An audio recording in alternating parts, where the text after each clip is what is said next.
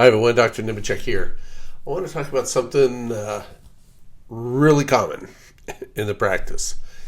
And it's patients that they're just tired, fatigued, they're just kind of worn out.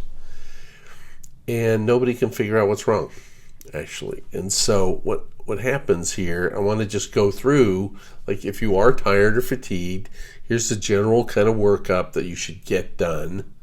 And then if that doesn't reveal anything, I'll tell you what to do. So say you realize, gosh, the last several months I am just dragging. And your spouse or a good friend or somebody says, maybe you ought to go see a doctor. So what should the doctor do? So, doc, I've been just tired, much more tired than I should be for the last several months. And doc will ask you questions. Fever, diarrhea, some things like that. They'll go through things like that, history, maybe if you're on some other medicines. And, they'll do lab work. They're going to look at your chemistry profile. So this is your electrolytes and kidney and blood sugar stuff, your blood and liver, your blood count, your red cells white count. You want to check the TSH for your thyroid function, your analysis. So that's all the blood work. That will find a ton of things that will make you tired. Diabetes, kidney problems, your thyroid's really low, you got cancer, God forbid, but you'll find a lot of things.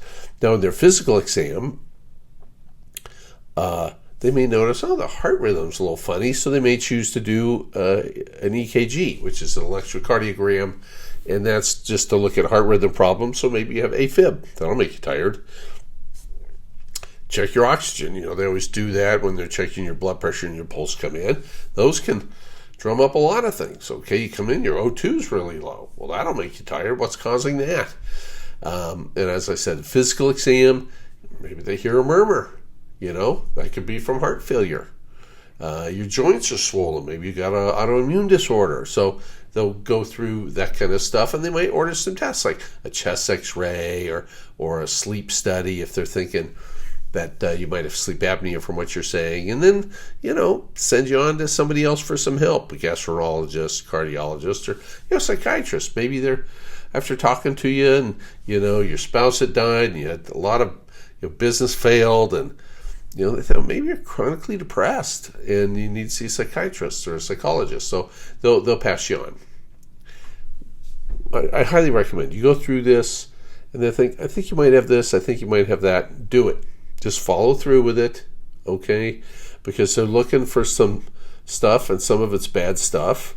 If maybe they're thinking you might have had a heart attack, and that's why you're tired, the second one might kill you, okay? Or you have AFib. If you got AFib, you get a clot and then a major stroke. So you need to follow through on all of that stuff. But there's still a lot of people out there where they do all that, and it's nothing. And the docs are, the patients walk away with this impression like, well, you're fine. And you aren't fine. You know that. You aren't fine. So the thing that is missed all the time is autonomic dysfunction. Okay? Dysfunction of the autonomic nervous system. The autonomic nervous system, so here it has these two branches, sympathetic, parasympathetic.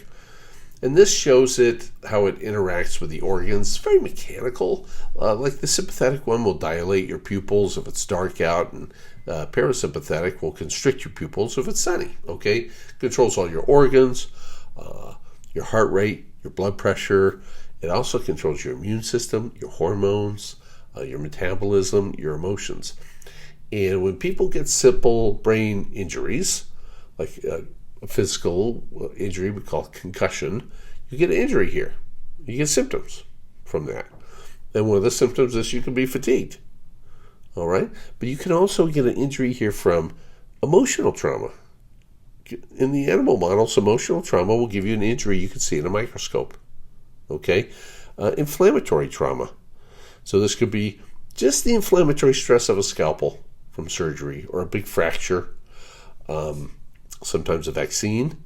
COVID is very commonly doing this to people. Okay? And all these injuries, by the way, if you do a CT scan or an MRI scan of your brain, it looks normal. So you're not going to see that. Now, these injuries are harmless unless you have inflammation, chronic inflammation that I talk about all the time. And now you can't recover. And now things aren't working right. Extremely common problem, all right? Extremely common. So, if you're thinking of this, go to our website, Nemechek Autonomic Medicine, and you'll see, go away, up here, it says ANS quiz. You click on that. Here's a little quiz. And you go through, there's several questions. This take, probably takes 2 minutes. And if you got 3 or more of these, if you're answering yes to 3 or more of these, you very likely have some injury here or dysfunction here, called autonomic dysfunction, okay? And that's what the Nemechek protocol was designed to do. First in our research with men with HIV infection, and then men and women without HIV infection, and then much later we discovered it actually helps children with a variety of neurological problems, especially autism. So for adults, so you go through this whole workup with your doctor, they can't find anything. I'm going to go take the autonomic quiz. Wow. And most people are like, wow, I got a whole bunch of problems. And so our protocol is simple. We got to balance the intestinal tract from SIBO, so we use Xifaxan. You need a high amount of a DHA omega-3 fish oil, okay? And the reason why you need a lot of DHA is DHA is the only omega-3 that gets in the brain. You need about 2 tablespoons or 30 ml of good quality COOC extra virgin olive oil. That's what we've got here, Nemechek Gold, if you like. And then some vagal stimulation, typically, especially if you're, for people over 20. And then because of COVID and the problems it's causing, and COVID's causing a separate kind of leaky gut, and again, there's other videos I put out about that, we're now just routinely treating everybody with all the other components. We're also giving them a tablespoon of glutamine twice a day for 6 weeks to heal up the chronic inflammatory problem that COVID can put together. So it's very common, this autonomic dysfunction. People say, well, why don't the other doctors find this? They don't have the equipment. They've heard of this, and they've also been told that if you have some chronic neurological problem, you can't recover, which is completely false. And so they just kind of skip over it. Even neurologists do, for the most part.